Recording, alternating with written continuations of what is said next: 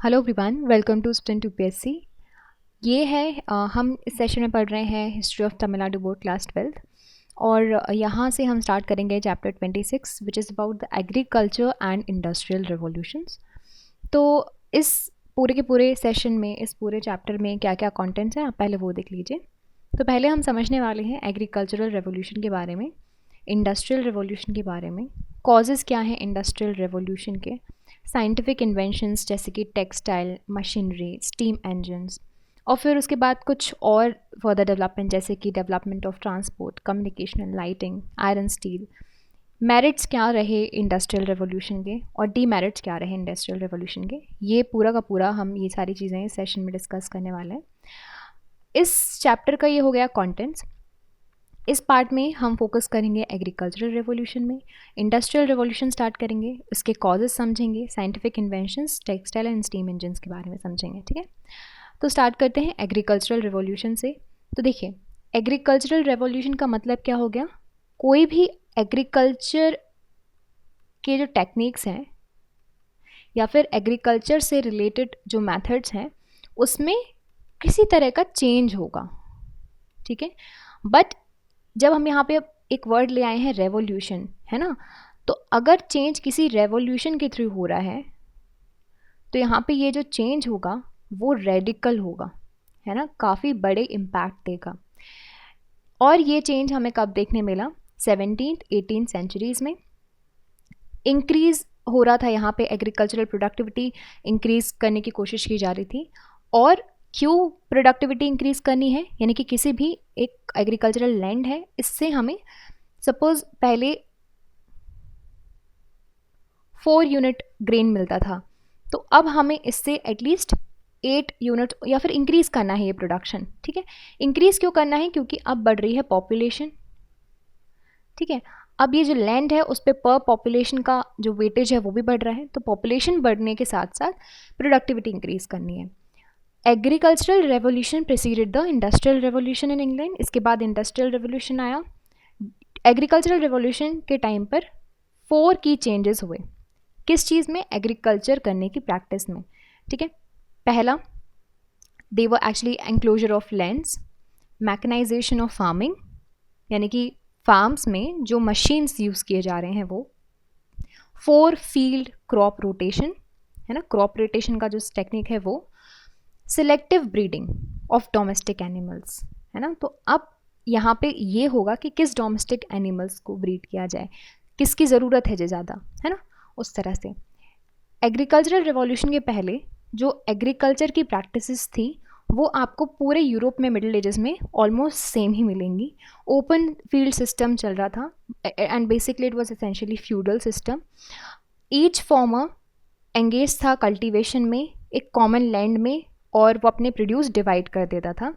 Now 12th century जैसे ही begin होना शुरू हुई, बहुत से कॉमन फील्ड जो ब्रिटेन में थे उनको एनक्लोज कर दिया गया। यानी कि देखो, पहले पूरे विलेज का एक फील्ड है, आपको प्रोडक्टिविटी जो है, प्रोड्यूस जो भी इससे किया जाएगा उसको आप सब सारे फार्मर्स में डिवाइड कर दिया जाएगा। बट अब यहाँ पे क्या होना शुरू हो गया, इस लैंड को डिवाइड करना शुरू कर दिया कि भाई ये लैंड तुम्हारा है, इससे जितना प्रोडक्शन आएगा वो तुम्हारा, ये लैंड तुम्हारा है, इससे जितना आए तुम्हारा। इट डज नॉट डिपेंड कि तुम्हारे में कम आ रहा है, तुम्हारे में ज़्यादा आ रहा है ना। तो यही होता है enclosed field, individual own fields.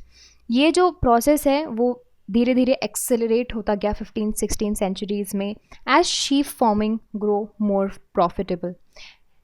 इसकी वजह से फार्मर्स जो थे वो अपने लैंड लूज़ करने लगे, ग्रेजिंग राइट्स लूज़ करने लगे। बहुत से जो फार्मर्स थे वो अनएम्प्लॉय भी होने लगे। 16th-17th सेंचुरीज़ में जो एंक्लोजर लैंड वाला सिस्टम था वो चर्च ने डिनाउंस कर दिया और उसके खिलाफ एक लेजिस्लेशन लेकर आए। हाउएवर, ये जो मैकेनाइजेशन अगर आपको एग्रीकल्चर का करना है, ठीक है, तो उसके लिए आपको लैंड एंक्लोज करने पड़ेंगे, फील्ड्स एंक्लोज करनी पड़ेगी। इसी वजह से गवर्नमेंट एक्ट है which culminated finally general enclosure act 1801।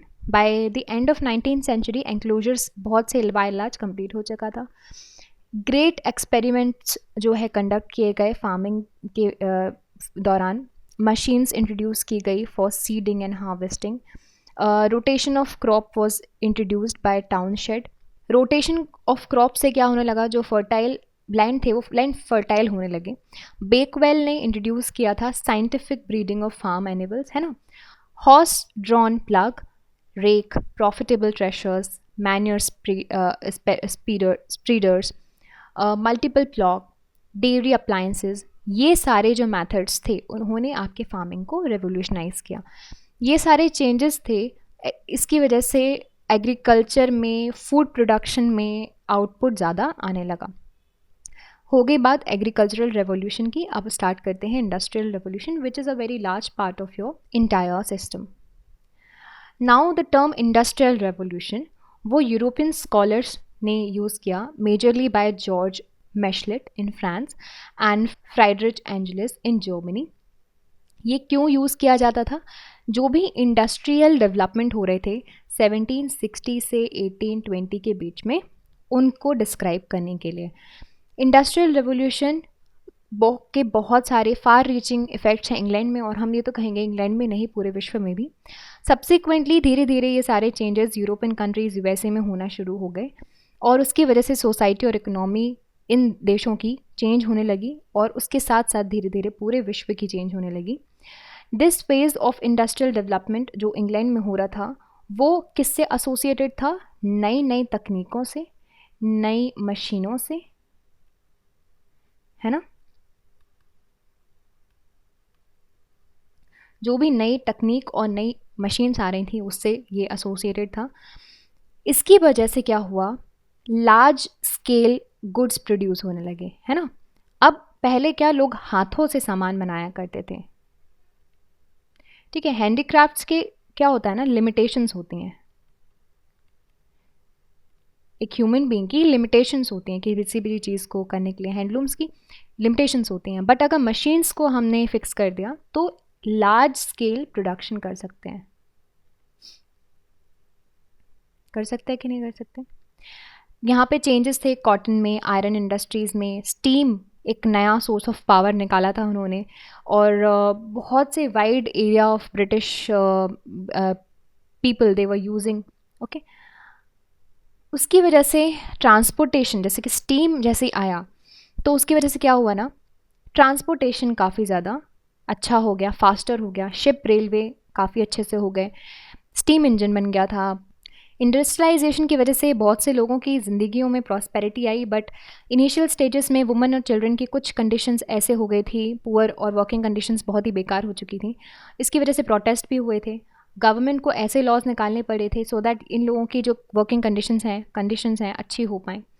Now when we discuss the causes of industrial revolution कि क्या क्या कॉजेज़ हो सकते हैं, तो पहली बात तो इंग्लैंड्स एडवांटेजेस जोग्राफिकल लोकेशन। सो उसकी जो जोग्राफिकल लोकेशन है वो काफ़ी एडवांटेजेस है, ठीक है। वहाँ पे चाहे वो आपका वेदर हो, चाहे वो टोपोग्राफी हो, चाहे वो लोकेशन हो, वो सारी चीज़ें जोग्राफी उसको बहुत ज़्यादा फेवर कर रही थी, ठीक है। फिर जो एग्रीकल्चरल रेवोल्यूशन इसके पहले आ चुका था उसकी वजह से उनको एक थ्रस्ट मिल गया था कि हाँ हमें कुछ नई मॉडर्न टेक्निक्स चाहिए, नए इन्वेंशंस, और जो नई मशीनरी आई उससे भी आपका ये पूरा रेवोल्यूशन हुआ। The spirit of British entrepreneurs was there, growth of capital was there in England, okay. और जो कॉलोनियल पोजेशंस थे इंग्लैंड के, है ना, वो क्या, जैसे कि सपोज भारत है, भारत एक इंग्लैंड का कॉलोनियल पोजेशन था, इंडिया वॉज अ कॉलोनी। तो यहाँ से क्या लेके जा रहे थे, हमने देखिए पढ़ चुके हैं, रॉ मटेरियल ब्रिटेन में जा रहा था, राइट, और यहाँ पे प्रोड्यूस हो रहा था, और यहाँ से प्रोड्यूस होके फिनिश्ड गुड यहाँ पे सेल आउट हो रहा था। तो रॉ मटेरियल के लिए इनके पास भारत के जैसे बहुत सारी कॉलोनी थी, और रॉ मटेरियल भी मिल रहा था, और इनके लिए हम एक मार्केट भी थे, है ना।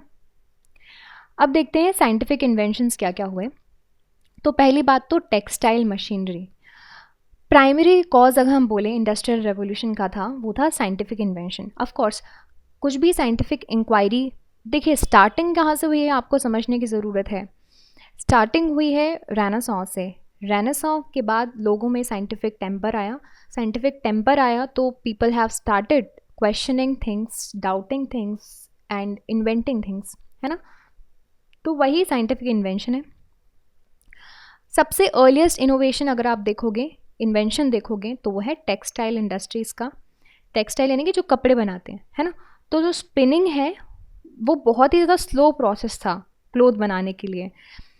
अब इन्वेंशन किस चीज़ का हुआ?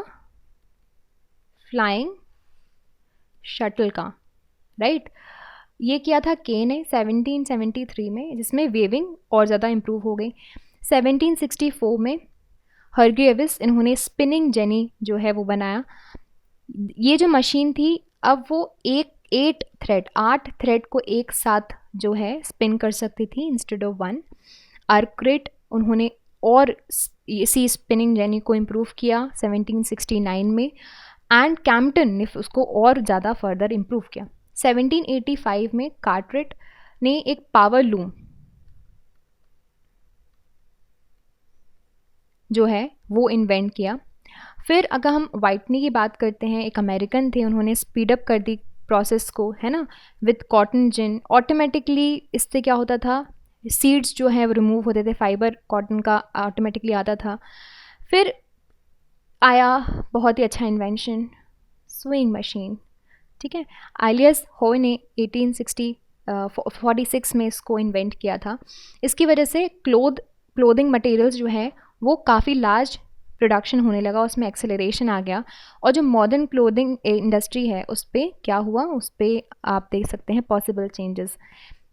दस वन इन्वेंशन फॉलोज अनदर, ये आपको याद रखना है कि एक इन्वेंशन हुआ उससे दूसरा इन्वेंशन होता है। और इसकी वजह से सिर्फ और सिर्फ टेक्सटाइल इंडस्ट्री में नहीं, बहुत सारी इंडस्ट्रीज़ में आपको चेंजेस देखने मिले। और this way the present day complex machinery has involve. फिर देखते हैं स्टीम इंजन आया। देखिए, जो हैवी मशीनरी थी वो पावर के बिना तो ऑपरेट नहीं हो सकती, है ना। और अगर हम स्टीम इंजन की बात करें तो वो एक प्रैक्टिकल सोल्यूशन था इस पावर का। Practical application of this steam to machinery was made by James Watt 1765. I hope you all know this. He devised the first closed cylinder with a piston pushed back and forth by steam. और इसकी वजह से जो textile machinery है उसमें काफ़ी ज़्यादा ये यूज़ होने लगा था। तो ये हो गए दो साइंटिफिक इन्वेंशन। देखिए, ट्रांसपोर्ट का डेवलपमेंट, एक जैसे कि अभी हमने समझा कि एक साइंटिफिक इन्वेंशन से दूसरे इन्वेंशंस होते हैं, तो उसी तरह से हम आगे इंडिविजुअली ये सारे इन्वेंशंस को नेक्स्ट सेशन में समझेंगे। तो this is it about this session. I hope आपको ये सारी चीज़ें समझ में आई हो, and if you understood all of these points, you can subscribe to the YouTube channel for more videos and updates, and also you can download the Sprint UPSC app to practice book chapter and topic wise. Remember candidates, just reading books and watching videos are not going to help you out unless you practice thoroughly. So identify your mistakes and work to improve your performance, and Sprint UPSC is the perfect app to do all of this. अगर आपको ये video पसंद आया हो तो हमारे YouTube channel को subscribe कीजिए और वीडियोज़ एंड अपडेट्स के लिए साथ ही साथ डाउनलोड कीजिए Sprint UPSC ऐप। यहाँ पर आप अपनी book chapter and topic wise practice कर सकते हैं। देखिए, इससे बुक पढ़ने से और वीडियोस देखने से मदद नहीं मिलेगी जब तक आप अच्छे से प्रैक्टिस नहीं करोगे। तो अपनी मिस्टेक्स को जानिए, परफॉर्मेंस को इम्प्रूव कीजिए, और Sprint UPSC इसके लिए परफेक्ट ऐप है। I will see you soon in the next video. Thank you very much.